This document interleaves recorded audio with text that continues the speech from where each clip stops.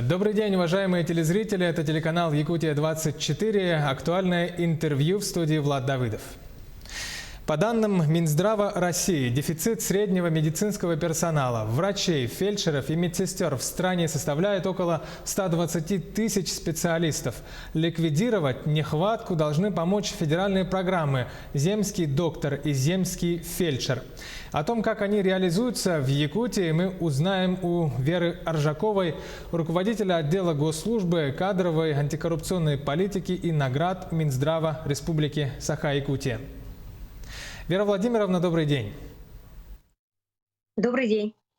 Скажите, пожалуйста, стала ли программа тем стимулом, на который рассчитывали изначально? Удалось ли закрыть этот острый дефицит в медработниках, особенно в северных районах Якутии?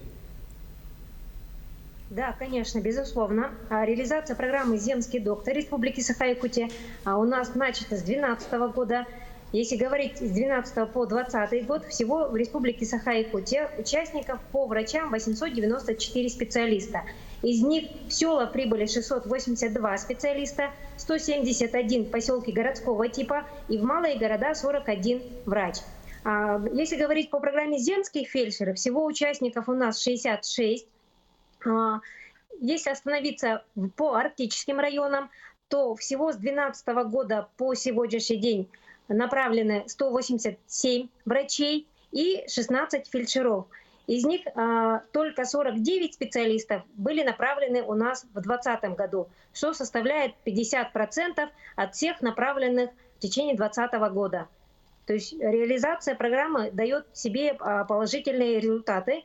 Это отмечается путем увеличения количества врачей. Если сравнивать с 2015 годом, то у нас увеличены на 390 специалистов, укомплектованность повышена до 73,6 и повысилась обеспеченность до 51,6.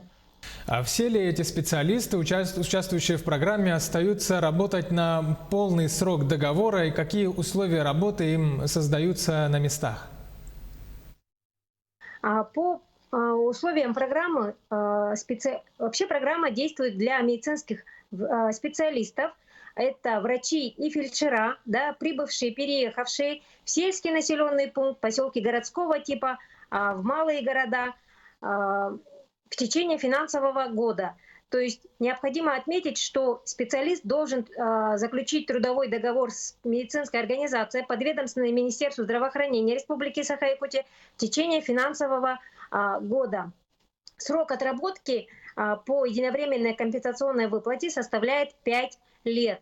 Да, хотелось бы отметить, что по истечению пятилетнего срока, это 12 и 14 года, у нас срок отработки вышел у 236 специалистов, и по итогам у нас 79% остались и продолжают работать на сегодняшний день. Скажите, пожалуйста, нет ли проблем с финансовыми обязательствами программы? Все ли специалисты получают обещанные выплаты? Финансирование программы осуществляется на условиях софинансирования 92% из федерального бюджета Российской Федерации и 8% из бюджета Республики Саха-Якутия. На 2020 год всего предусмотрено 275 миллионов рублей, из них 253 миллиона это за счет федеральных средств и 22 миллиона за счет средств бюджета Республики Саха-Якутия.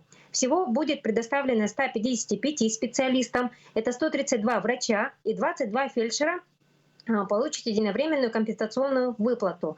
На сегодняшний день, то есть на ноябрь месяц, заключено договоров 110 всего, из них 95 врачей и 15 фельдшеров, что вышло на процент освоения 74,2%.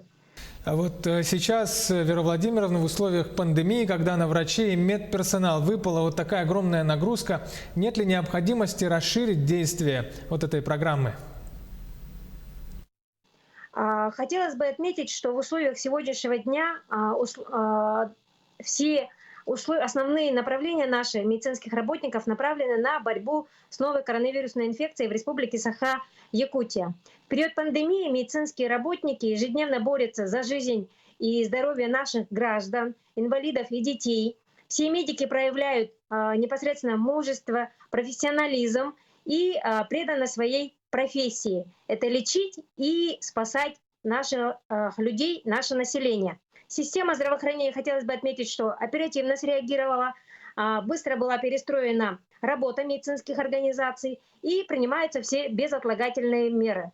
Хотелось бы отметить, что идут поправки по программе «Земский фельдшер» на уровне Минздрава Российской Федерации по участию специалистов не только фельдшеров, но и медицинских сестер и акушерок. Но данные поправки еще не приняты на сегодняшний день. Как мы знаем, программа «Земский доктор» реализуется с 2012 года. Скажите, какой опыт накоплен за все это время? Есть ли особенности ее реализации здесь у нас в Якутии? В республике за период 2012-2020 год всего участников 894. Из них только ежегодно прибывают к нам из других субъектов Российской Федерации в среднем 15-20%. Из таких как Республика Тыва, Республика Бурятия, Саратовская область, Красноярский край.